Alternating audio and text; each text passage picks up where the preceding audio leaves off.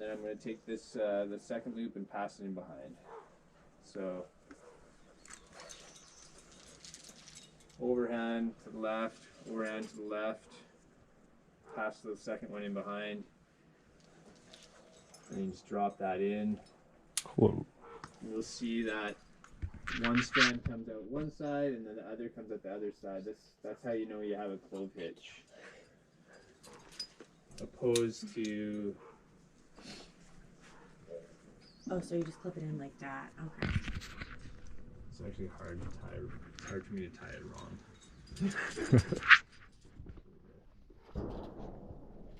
If you do it wrong, you end up with girth hitch. That's a girth hitch where they both come out the same. Both strands come out the same spot, or you'll end up with a muncher hitch where only one of the strands come out and the other one's not looped in. Okay? Right. That's correct. Yeah. Yeah, that's good. Yeah, I think you're just gonna This gonna one be good. I learned in SRT. Really? What's Nice. SRT? Swiftwater Rescue. Oh yeah. Okay. Yeah. Yeah, yeah. Yeah. I mean, this is a Yeah. totally like very useful knot. I had to Or do the hitch. the boundary line. Yeah. Do you have like a YouTube channel then or something? Yeah. Nice. What's Yeah. your YouTube channel? Exactly. It's my name, Mitchell Rap. Yeah. Yeah, I have like music and different adventures and stuff like that. Oh, Got cool. like 50 songs Oh, yeah. wherever we go. Yeah. Oh, sweet. Nice. Yeah. That's I'm sure that's a lot of work with all the editing and stuff. A tube style device or whatever, then you want to use a pear shape. If you're just clipping a rope in, say at an anchor or something like that, then you can use a D shape. In a pinch, you can use these with a device as well, but this is the optimal.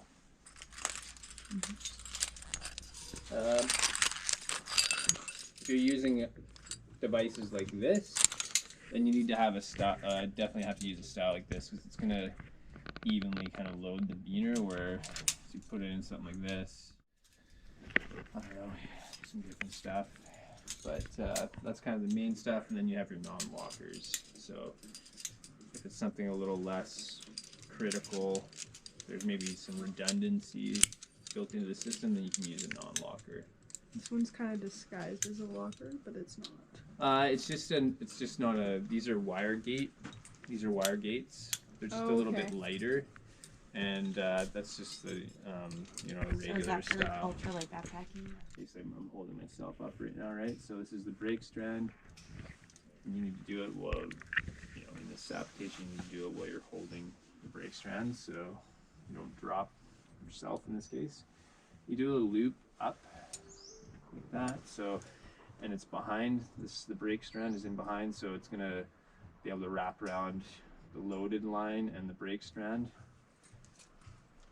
And then you're gonna take a bite. Whenever you have a loop of rope like this, it's called a bite. Pass it through, and you pull that, create a bit of a slack there with the bite.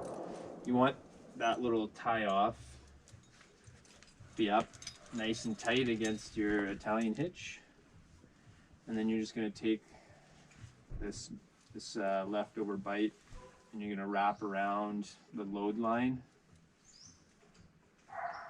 and just do it overhand. And then all that stuff's going to be nice and tight up against the Italian hitch, and that's how you tie it off. Okay? And then it's hands-free. That looks like a sequence for sure. Yeah, we're going to work on this one a bit. Simple, good to remember. Yeah, so I'll just go through that again.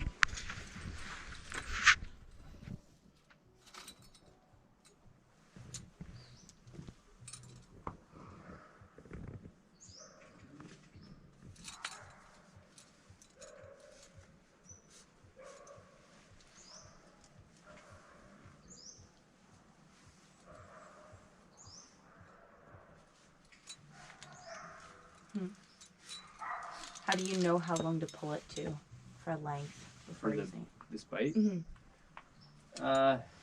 Just experience. Great. Just make it, you know, just go with something like that. What is that, like 60 centimeters? Okay. If there's a bit Yeah, extra, that's fine.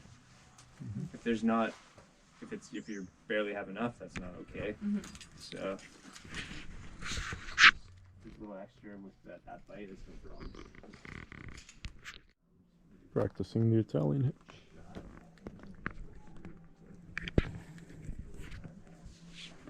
Okay. So.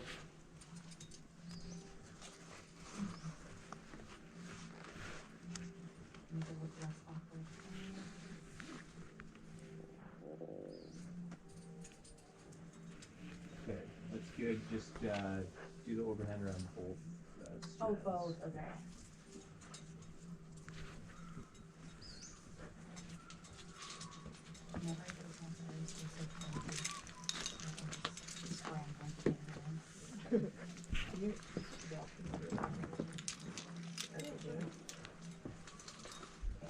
So you're there.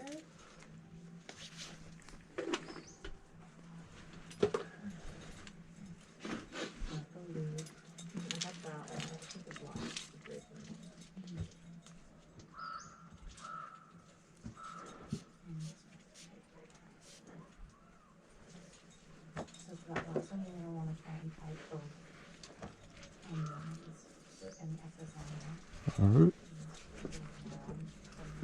there. Want it to be nice and tight. Solid a bit. 1, 2. Practice will get that better. Yeah, okay. Or just making it a little bit more pretty. Yeah. Yeah, exactly. We'll get it with practice. So. Awesome, yeah, that's good. One thing that will help you get it all tighter is if you actually like lean on it a little bit when you're tying it. So that was great. So, it's a little hard to see sometimes. It's tight.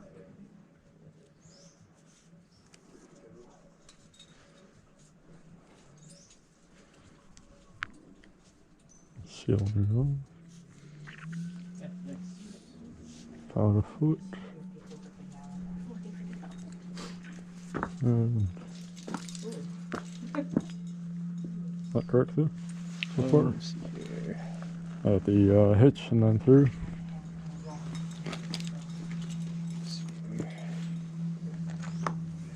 Can you do the first one again? Yeah, for sure. Okay, so it's a little awkward on here a bit. So like this, brake strand, you need to do a loop up like that. So then And all behind. that way you're going, this brake strand now is going behind both of those and then through like so. Mhm. Make sure you have a generous amount of tail and follow around, go around both the load strand and the brake strand. Right. All the way through and back. Yeah, finish it off with your overhand knot. That's good. So yeah, Cool. yeah. Cheers. So give that one more go there. Alright. It just fell off the thing. Okay, so I can make that.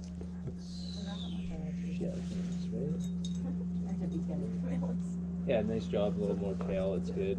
Actually. Even to be able to tie a knot like when someone Great. has a chart or Awesome. something. Okay, that's looking pretty good, crew.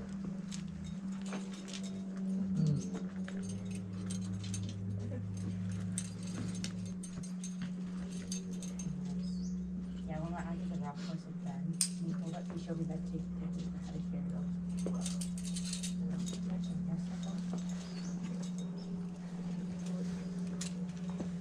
Well, if you're in the army, I expect you to understand it. That's the standard. Cool. Awesome.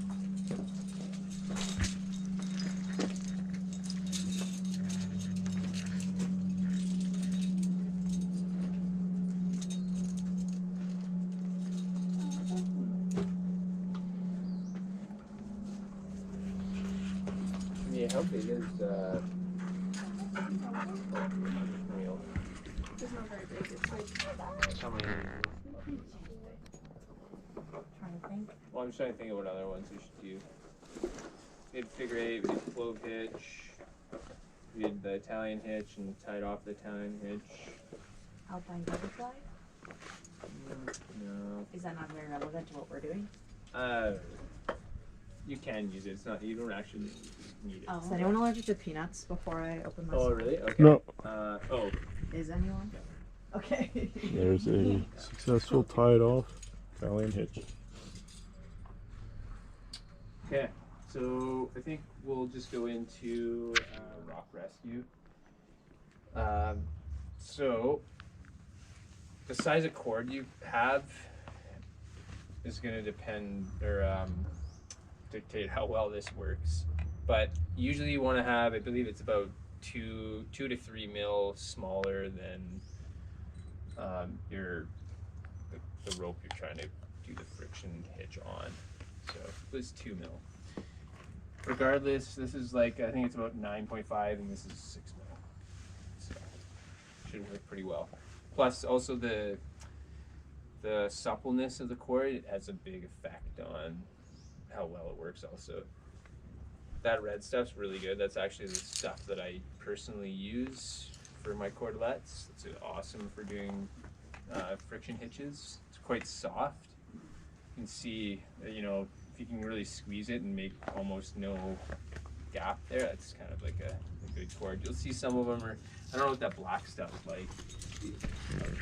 Yeah, that's really nice stuff too. So anyways, not all cords are created equal for doing friction hitches. So if you know you're going to be using it for rustics, just feel it out. If it's really supple and soft, then that's the stuff you want. This one doesn't. No, it's like, but it is actually, compared to like a stiff one, that's really good. I don't know if we have an example. Can we see yours? Yep, shoot.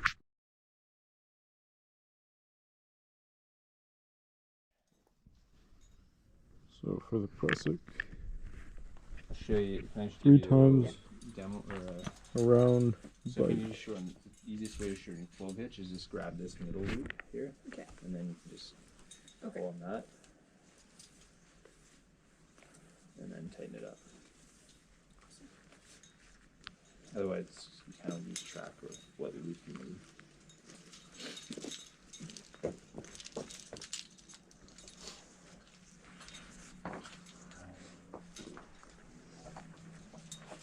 Okay, I'm going to show you guys something here. Okay, do it. If you need to adjust your flow hitch length, shorter, longer, you just take this middle loop here and pull that down. So if I want to make it longer, I'm just going to pull more slack into it. Sorry. And then pull it. Oh, then I have. Make it small ones up into, you know, bigger stuff. There's much bigger than this, but they all kind of work the same. I guess one of the main differences, and there's slight difference between manufacturers and stuff, and there's some kind of oddball stuff out there, but this is a single axle cam. There's just one axle in there, and then if you look at this one, you can see easiest maybe on the side here. There's like 2 rivets there, or even on this big one, it's easier to see. There's 2 axles in there, so this cam lobe is pivoting there, and then this one's pivoting over there. So what that does for you is a couple things. It gives it a much bigger expansion range, so there's a bigger range that the double axle cams will work in. And then also they can be paced camming, so kind of the traditional way. Or if you had to, you could put it in there and in a crack, and it could be used just like that, passively, almost like a nut. With the single axle cams, you can't do that, because if you put it in a crack just in there like that, as soon as you loaded it up, the cams will just fold backwards and just break these little wires, and it would come right out. So you can place the double axle cams passively, but not the single axle cams. We didn't really talk about terminology, I guess, but too much. But yeah, so cam lobes, these are trigger wires. This is the trigger. That's about it. So Can we see how one of them works? yeah, sure. Yeah, grab them. You're gonna get to use them here in a minute, but Thanks. Give it a go. It's a cool mechanism. Yeah, it's super cool.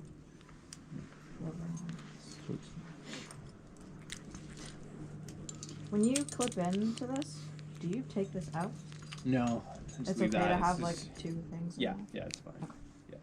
Sometimes you clip the rope right to that carabiner that is on the sling, Okay. but a lot of times you need to extend it for, to keep your rope running straight. How we touched on that, keep the rope running straight so you don't get a lot of rope drag. Because if you climb like 50 or 60 meters and there's lots of zigzags in your rope, it creates a lot of friction.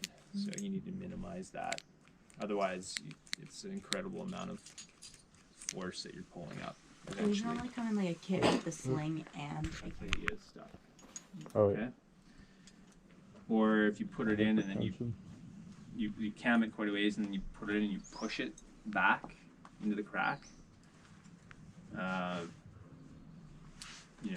That's you'll probably get it stuck as well because especially if the crack gets tighter, you're gonna push it in until it's fully cammed as far as it can go, and then you can't get it any smaller to get it out, so it gets stuck in there. So the ideal camming range would be right here, so you can see what this looks like as far as how far these lobes are apart on top here.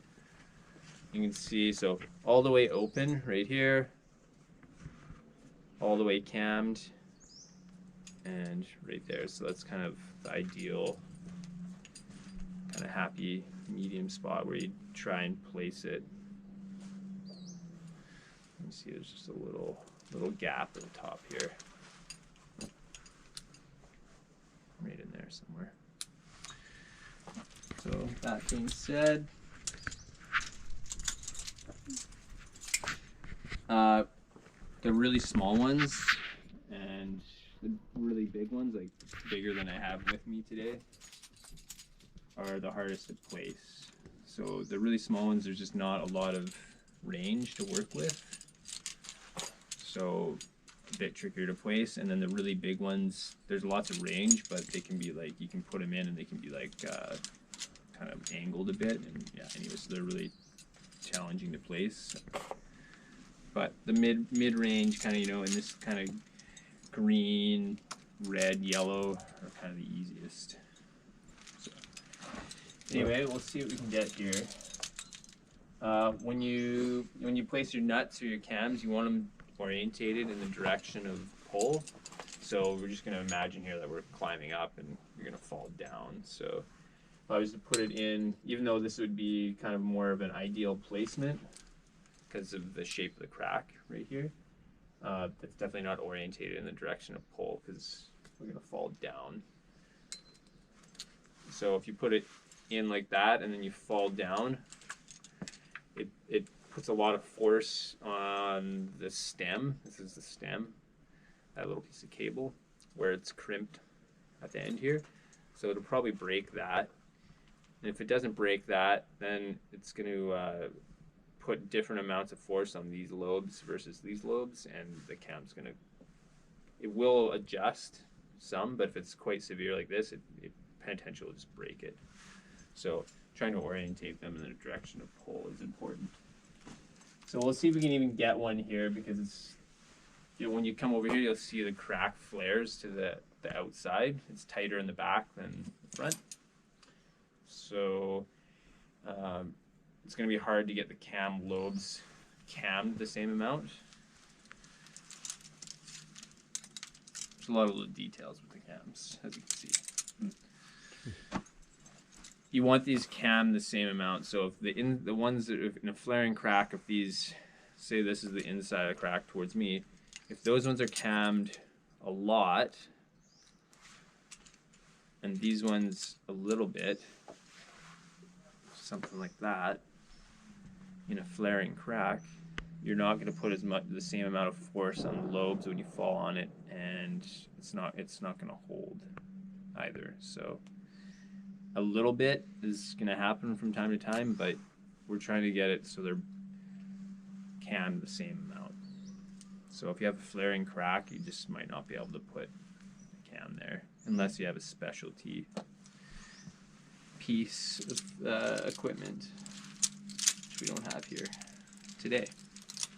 There are some cams and stuff that can be placed like that, but they're kind of niche.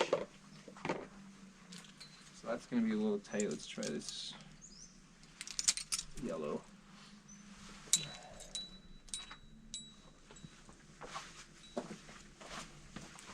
That'll work.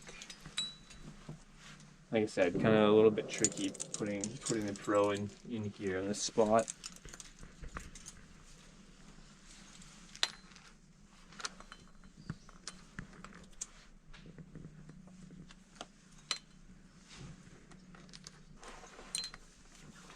So other things to think about when you're putting in your protection, your cams or your nuts, is the quality of the rock you're putting it in.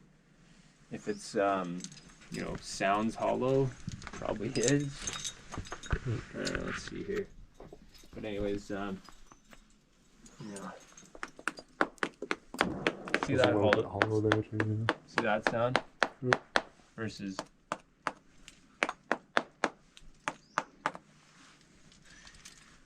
that would be, you know, if that was the sound you're getting around where you're putting your cam, that would be X. You're not limiting the extension here. If this piece failed or something like that, then if that piece fails, it's gonna slide to the end here and shock load the remaining piece. So you're not limiting extension there. If you're gonna do something like this, you'd have to put knots here and here. So just put a knot in there and show you.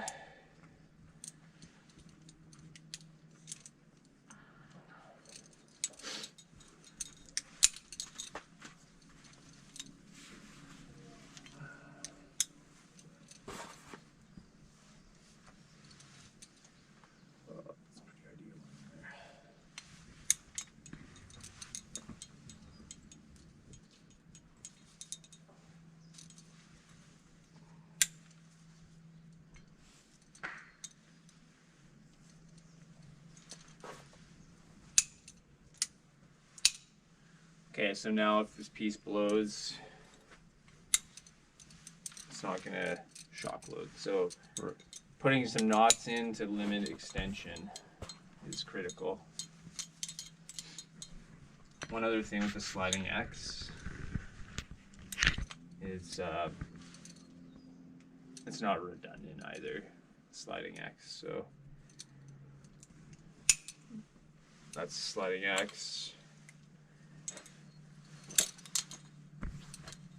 If any one of these strands gets cut, it's gonna fall right apart, right? Whereas if you have a knot in there,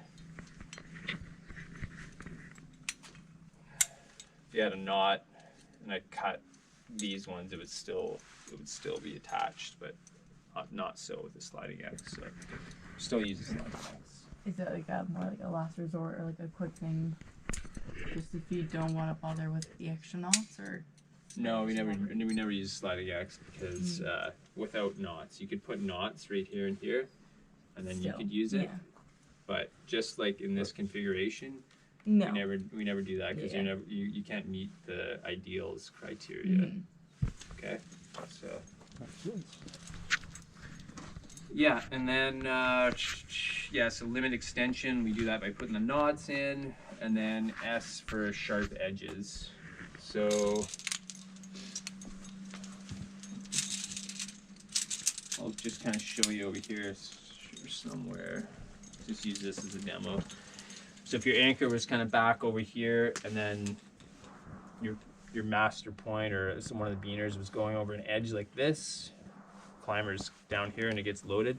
This is what we're talking about, a sharp edge, like that or like that or like that.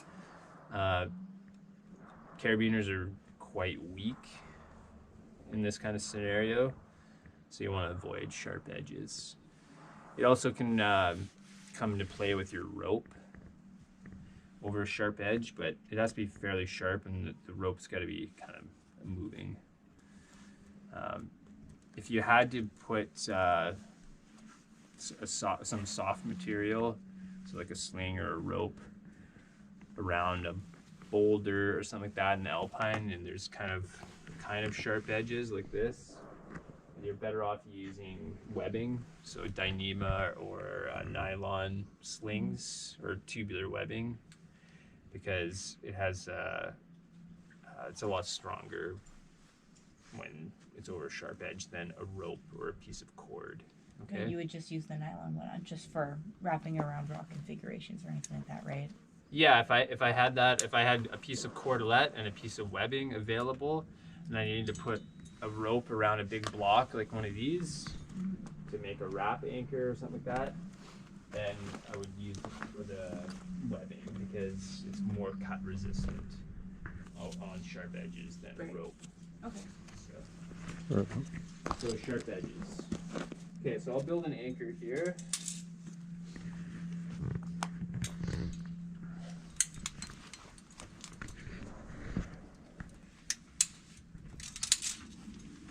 Somebody have one of their cordelettes like unraveled? Maybe we'll just use that since that's what you guys have. Mine's wrapped up, but it can be unwrapped.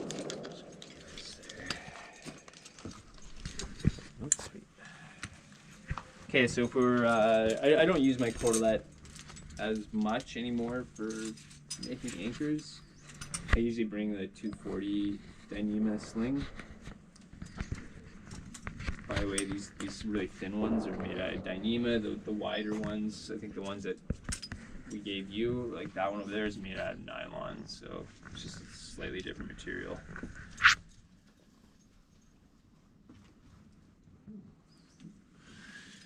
So you just got to tie this together with your overhand. Make sure you leave a bit of tail because of that rolling phenomenon.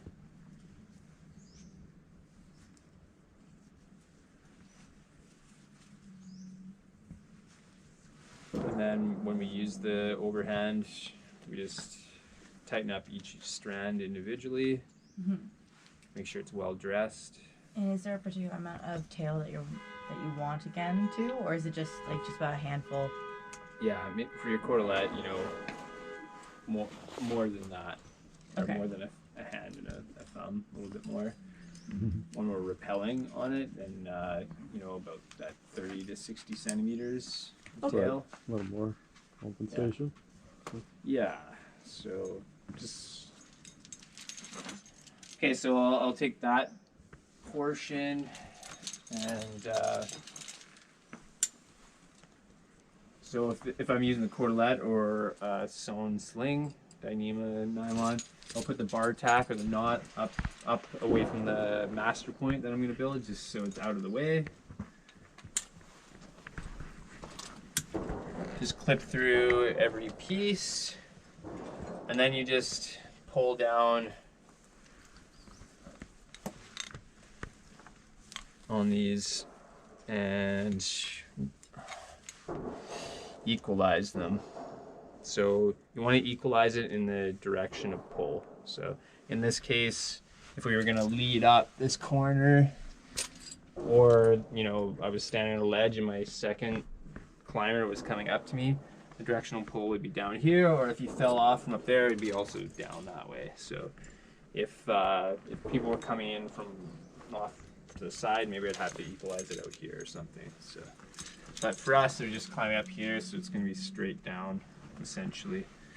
So you just get it all lined up like that, and then just grab them all, and you can do either an overhand on a bite or a figure eight on a bite. So my kind of go-to is the figure eight on a bite because it's a little easier to untie than an overhand, but sometimes you don't have enough leftover cord. Depending on how far apart these pieces are, you might not have enough cord to do the figure eight because it takes more rope. So if I can, I'll do a figure eight on a bite. Yeah, it's going to be a little tight, so we're going to go with the overhand on this one.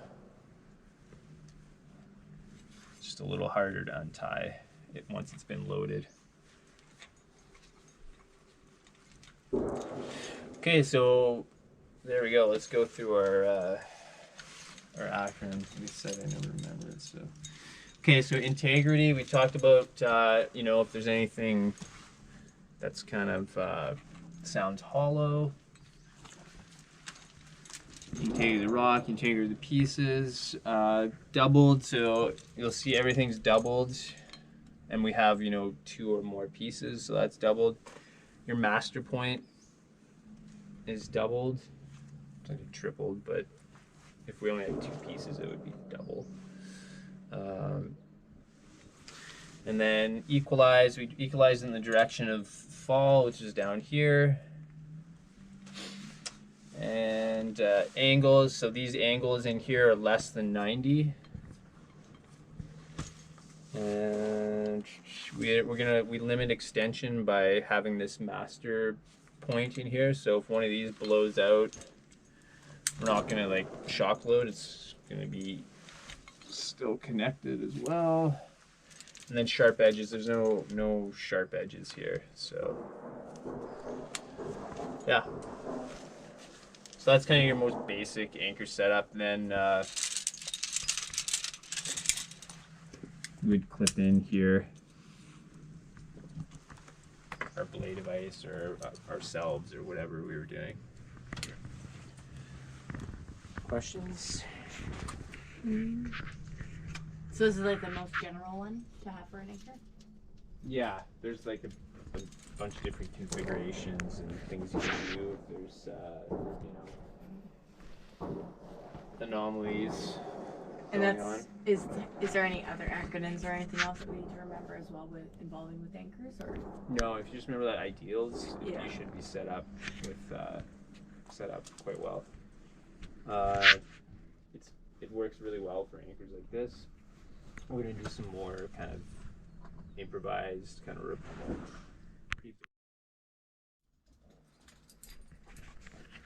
Lunchtime, and then we get to practice. Well, if you're gonna load it, Just yeah. in case it comes out. It'll be a fun lesson. Yeah. I guess you probably have a smaller one. Yeah, you can just.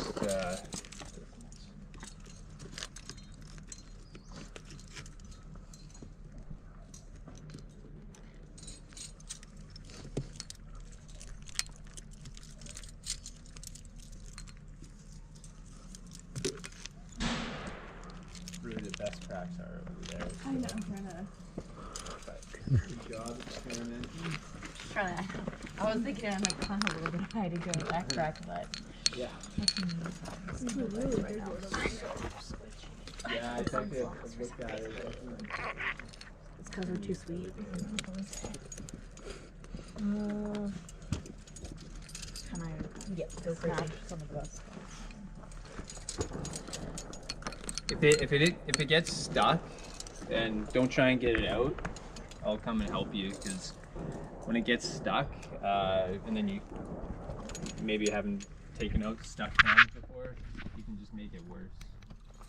You can get up to like a number 10 or something from Black Diamond, but you can get even bigger cams. You get, but you go in cracks where they're like no longer cracks anymore, and they're called chimneys. Yeah. So your whole body goes in it, and you can't put any protection because like your whole body fits in. There's nothing that big. So that's a chimney. Once you get past like crack, okay. So remember, we want to be back in a little bit more, just not so far that we can't reach the triggers easily. Being against that, that's not a bad idea. So it doesn't walk. That's one of the. Yeah. So that's good.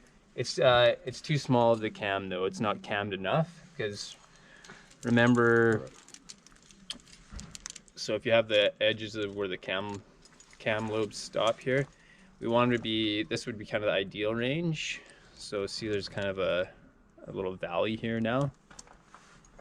Anything past, you know, say about where they're lined up, you know, getting into this range is not cammed enough. And that one is more like this, right? So Right. not cammed quite enough, okay? So if you're in that situation, then you probably just need to get a bigger cam.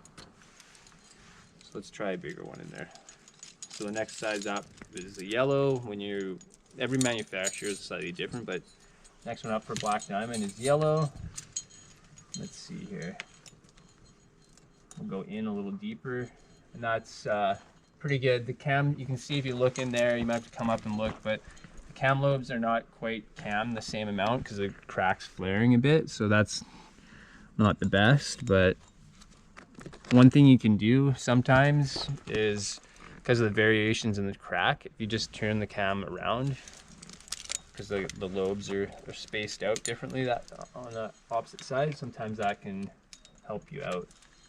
But in this case, it's not going to fix the situation. So maybe we would just have to find a different placement.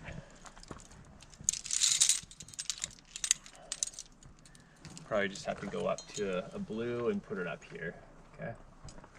Which is getting a little bit tight.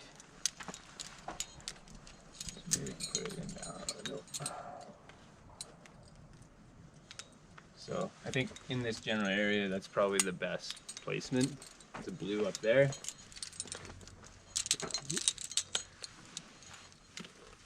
Okay, and let's look at this one. That's pretty good. That's pretty nice actually. The only thing is, maybe I would just try, if I was to do one thing, is maybe flip it over and see if that gets it a little further away from this. The one thing about this whole flake, you can see it's kind of like a big flake, right?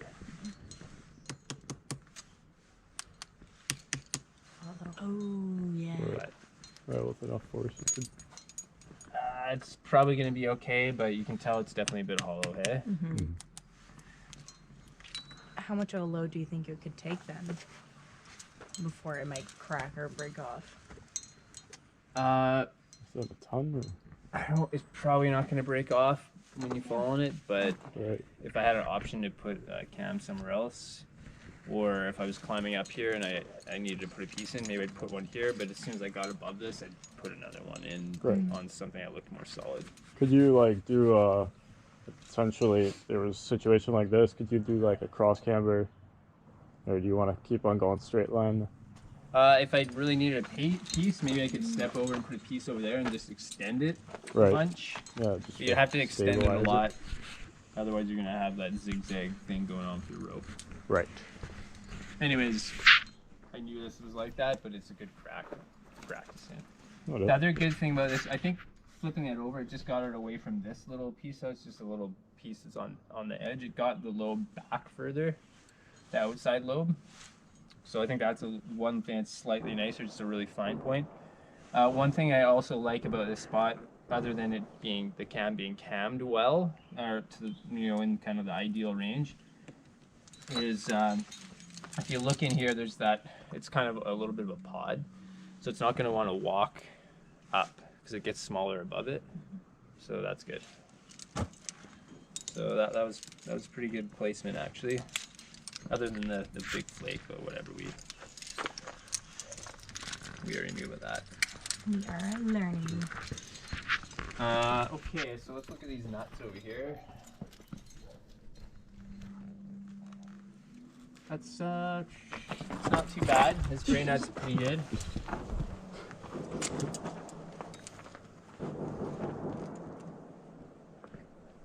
I might just take it and put it back here further though, so it's a little deeper in the crack. It fits here, but if you go back just a little bit, it'll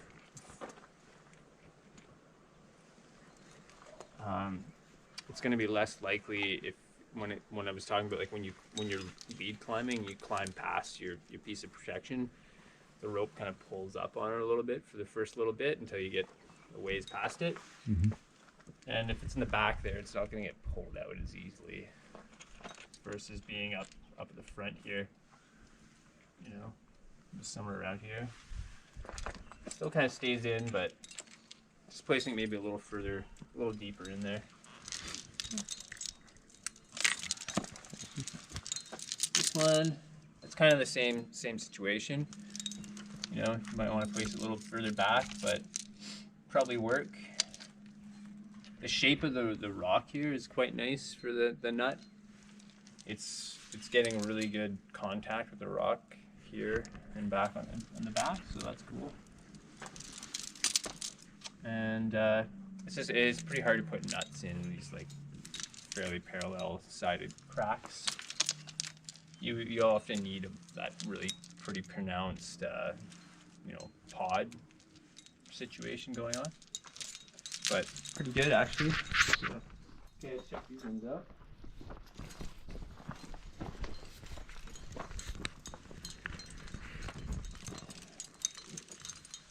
This one's pretty good. Cam lobes aren't cammed quite the same amount, so sometimes you can fix that just by flipping it over. No, not quite. Okay, so it's not the best placement just because of that, and flipping it over didn't fix it. I moved a little bit further to the left, and it's a bit better there. The only thing is we got to be cognizant of our direction of pull. It's actually not too bad. I think fall line would be right here, so it'd be a little bit off, but not too bad. So pretty good. Nice. This one, there's just it's not cammed enough. You might be able to get a gray in there, but it's just really overall not a great spot. This whole crack is kind of tricky to put pieces in, so I think this is going to be too big. It's going to be our problem here now. Yeah. Sometimes your cams are just not the right size, so like Black Diamond cams versus Metolius cams, which are two different manufacturers, are slightly different sizes. So, it's not usually a huge issue when you're climbing on like basalt or granite or whatever, because there's enough variation in the cracks. But if you were to climb in a place like Indian Creek, the cracks are very, very parallel sided. Sometimes the cams you have, if you just have all Black Diamond cams, they're like just the in between what fits. So if you have like Metolius cams, they're slightly different size, they fit better. Anyway, that's kind of the situation right here. Like, this is just a little too big, but the blue is a little bit too small. Regardless, it still wouldn't have been a very good spot. It's just this whole crack is flaring, and then it's got this angle, so when you get it in the right direction of pull, then the cam lobes aren't going to be cammed evenly. And it flares to the outside, so it's hard to get a very secure cam in there.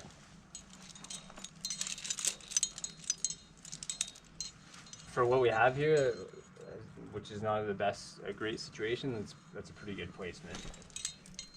So, maybe you can get a little further back. The only problem is now the direction of pull is a bit off. If this is all I had and I wasn't gonna have a piece for a long time, I'd use it, but I wouldn't feel super good about it. It's not the best crack. So yeah, okay. Pretty good, What's actually. the max holding weight for? They're all the different. cans? So For say the smallest one. the smallest one, I think this one's around 5 kilonewtons. This is the smallest one I have. They do make smaller, but yeah. So this is 5 kilonewtons. This one, and that's like how much the cam can hold if it's placed like perfectly and the rock doesn't break. So yeah, but like this one's super hard to place well because it's got. There's a little crack right there. Yeah, it's just the problem with this is there's so little. Actual for the wing itself or something to. Well, the problem is there's so little expansion when it's in like the right range. Like the difference between being in the right range and not the right range is like very small. So you have to have like the perfect spot for it to be actually useful. Yeah. Like, no, it's gonna be too big. Was it not then Yeah. worth it more so to not have one of those and then just the general range of ones that would be useful?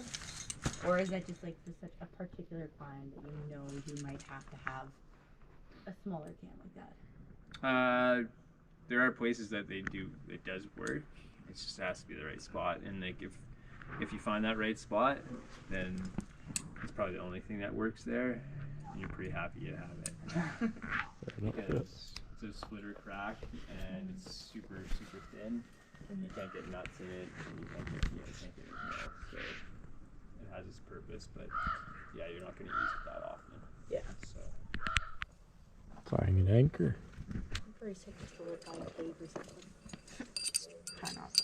We'll go in. Oh, yeah, just tie knots for the rest of your days. fell off my I'm glad you found it. off my rack in my bed. Oh. Oh yeah. At least it didn't fall on the trail.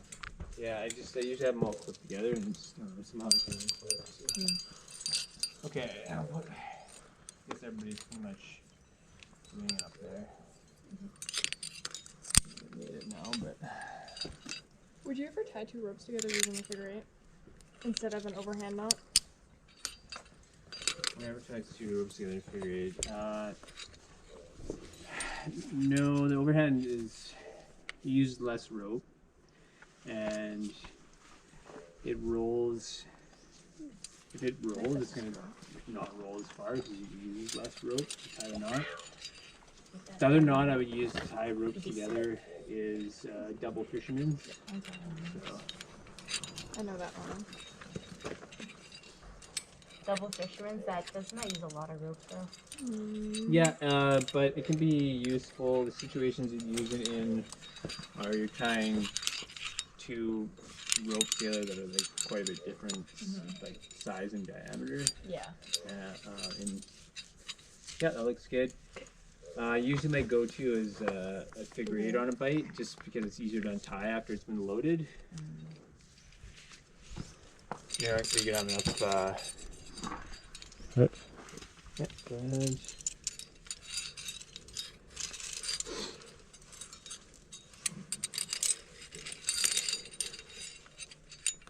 But yeah, I've done double fisherman's knots before too, and usually they just become a little bit cumbersome, I guess, just trying to deal with rope and whatnot. That's alright. Yeah, okay, so let's go through our acronym there. Right. Okay, hey crew, and I'm not trying to single you out or anything, but this is just good learning for everyone. Sometimes these situations, they don't come up, but when they do, let's talk about them. Okay, so we don't usually clip the two beaners together. Right. And I'll kind of give you a little demo here. Yeah.